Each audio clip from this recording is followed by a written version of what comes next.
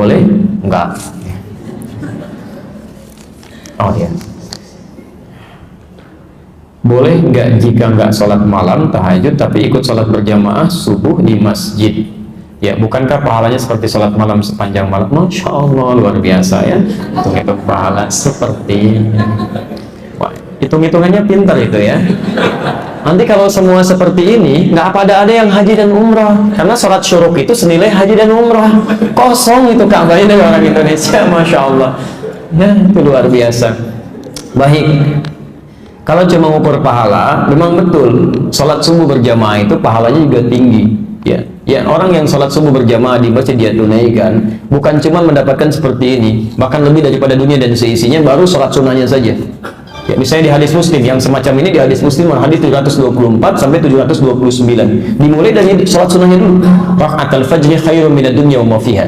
2 rakaat sebelum fajar itu berapa pahalanya? Tuh, sudah salah lagi. Bukan dunia dan seisinya, lebih baik. Kalau lebih itu berarti lebih, bukan pas. Lebih dari, berarti dunia dan seisinya pun itu masih.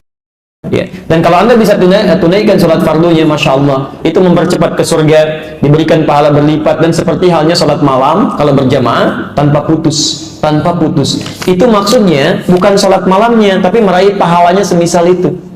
Kalau Anda tanya boleh tidak, boleh-boleh saja, silahkan. Tapi kalau Anda tunaikan sholat malamnya, Anda mendapatkan keutamaan yang lebih daripada ini. Ingat ya, keutamaan sholat malam itu bukan cuma sholat malamnya saja yang ada pahalanya, tapi banyak melimpah pahala yang lainnya. Satu, mudahnya doa dikabulkan. Jadi kalau Anda cuma sholat subuh berjamaah saja, tidak sholat malamnya, Anda tidak mendapatkan kemudahan pengabulan doa. Yang kedua, ada jaminan 4 kebaikan diberikan. Anda sholat subuh berjamaah tapi tidak tahajud, tidak mendapatkan 4 kebaikan ini. Ada di Quran surah ke-17 ayat 79 sampai 81. Tahajud itu bisa mengangkat derajat di karir terbaik dalam pekerjaan Anda, memudahkan urusan Anda, melepaskan dari kesulitan, plus ditolong Allah saat Anda disakiti oleh orang lain. Anda sholatnya khusyuk 5 waktu tapi tidak tahajud, Anda tidak mendapatkan 4 kemuliaan ini. Yang selanjutnya, ahli tahajud itu ahli taman surga. Anda khusyuk sholat fardunya, Anda tidak tahajud, Anda nggak akan masuk ke taman surga. Ya, tingkat yang paling indahnya. Yang selanjutnya, ahli tahajud itu dekat dengan Nabi. Ya, maaf, dekat dengan Nabi. Nabi aja tahajud, Nabi Rasul dijamin masuk surga masih tahajud. Anda bukan Nabi, bukan Rasul, Masya Allah gitu kan? Baik, Allahumma sayyiban nafi'an.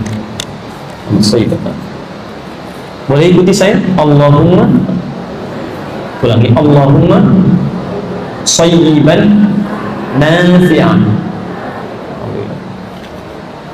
Itu doa turun hujan ini. Istighfar sebelum subuh punya 2 keutamaan. Keutamaan pertama, setiap berdoa akan segera dikabulkan. Keutamaan yang kedua, saat kembali kepada Allah, dia akan ditempatkan di surga, di tempat yang paling indah, nomor 2 paling bagus di surganya, yaitu taman surga, yang semua kebutuhannya langsung seketika diberikan oleh Allah tanpa perantara. Itu ada di Quran surah ke-51 di ayat ke-18, dari ayat 15 sampai 18. Ya, ada orang-orang yang punya kebiasaan setelah tahajud menunggu subuh dia istighfar. Astagfirullah, astagfirullah, astagfirullah, astagfirullah. Itu kalau Anda membiasakan begitu, itu seketika kalau setiap punya permintaan segera dikabulkan, bahkan ada yang belum meminta langsung dikabulkan. Wallahu yudha'ifu liman yasha. Ada golongan yang pahalanya dilipat gandakan oleh Allah tanpa batas. Dan itu orang spesial, hanya dispesialkan oleh Allah. Mayyasha, spesial. Kalau ada kalimat spesial dalam Al-Quran, ini bukan menunjukkan keistimewaan orang tertentu, tapi mengajak Anda masuk menjadi bagian darinya. Itu cara memahaminya. Jangan jadi kisah, oh dia spesial ya, dia bagus. Bukan, Anda jadilah bagian dari itu sepanjang ada kesempatannya. Ada orang infak 100.000, ya, ada yang infak 1.000. Siapa tahu menurut Allah yang 1.000 ini yang spesial dibandingkan yang 100.000. Siapa yang 1.000 ini?